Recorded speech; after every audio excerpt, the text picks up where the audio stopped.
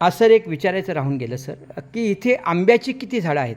200 झाडं आहेत सर. मग एक ठीक आहे सर, आंब्याची झाडं मोठमोठी झाली आहेत, उत्पादन चालू झाले, आज साधारण 7 वर्ष तुम्हाला होऊन गेली, ते 6-7 वर्ष होऊन गेली. तर 7 वर्ष होऊन गेली तर आंब्याची झाडं मोठी आहेत. मग सर इथे विक्री कशी केली जाते सर? विक्री करणं अत्यंत सोपी आहे. सोपं आहे? सोपं आहे, कसं काय? कारण आपण आपला मालच आपण विकतोय. सोपं आहे सर. बघा, मी बोलतोय की शेतकऱ्याला विक्री करणे, हा नव शेतकरी मला सांगतोय की विक्री करणे सोपं आहे. कसं काय सर सोपं आहे सर? कारण आपण नेलेला जो माल असतो माझ्या, हां, तर तो काही संदेश आहेत आपले. तुम्ही म्हणजे व्यापाऱ्याला देत नाही माल? व्यापाऱ्याला नाही द्यायचा माल. मग शेतकरी ते ग्राहक शेतकऱ्याचे थेट ग्राहक, डायरेक्ट विक्री होते? डायरेक्ट विक्री होते सर. नवीन मला ऐकायला मिळते सर की मध्ये तुम्ही दरीच ठेवली नाही व्यापाऱ्याची? नाही नाही, आणि सगळ्यात चांगला दर मिळतो सर. सगळ्यात चांगला दर. म्हणजे मुळात बघायला गेलं तर सरांनी काय केलं आहे, शेतकरी ते ग्राहक अशी थेट विक्री. मग माल कुठे विकता नेमकी सर? माल हा जातो आपला ठाणा, मुंबई, पुणे, कल्याण कल्याण इकडे. या पण इथे मग विकायला बसता की लोक तुमच्याकडे येतात? लोक माझ्याकडे येतात सर.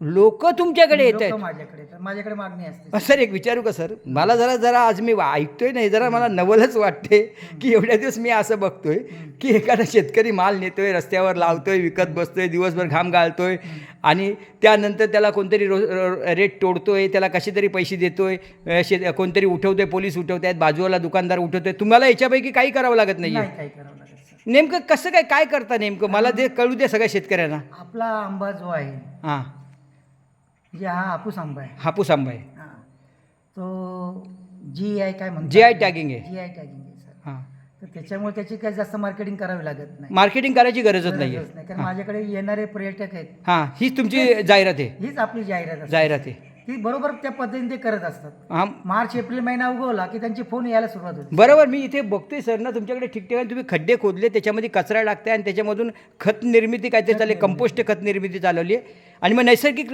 पद्धतीने पिकवलेले आंबे. पिकवला जातो नैसर्गिक पद्धतीने सर.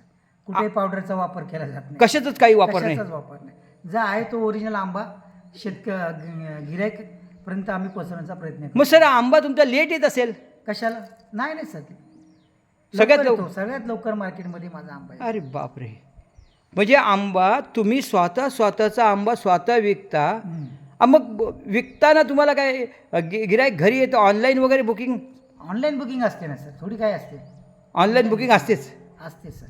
लोक पैसे पहिले देतात? पहिले देत आहेत आणि नंतर आपण माल पोहोचवतो. मी ऐकतोय ते सगळं नवलच ऐकतोय. मुळात एखादा शेतकरी काय करतो की त्याचा माल विकण्यासाठी आपल्याला धडपड करावी लागते. इथे अगोदरच पैसे मिळत आहेत आणि त्यानंतर लोकांना माल द्यायचा आहे.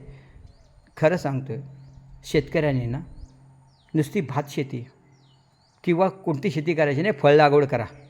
फळ लागवड फायदेशीरच आहे, फायदेशीर आहे. नक्की सर. 3 वर्ष पहिले काय होते, 3 वर्ष सुरुवातीला मेहनत आहे, पण 4थ्या वर्षापासून उत्पन्न ते तुमचं शेकडो वर्ष उत्पन्न चालू राहील.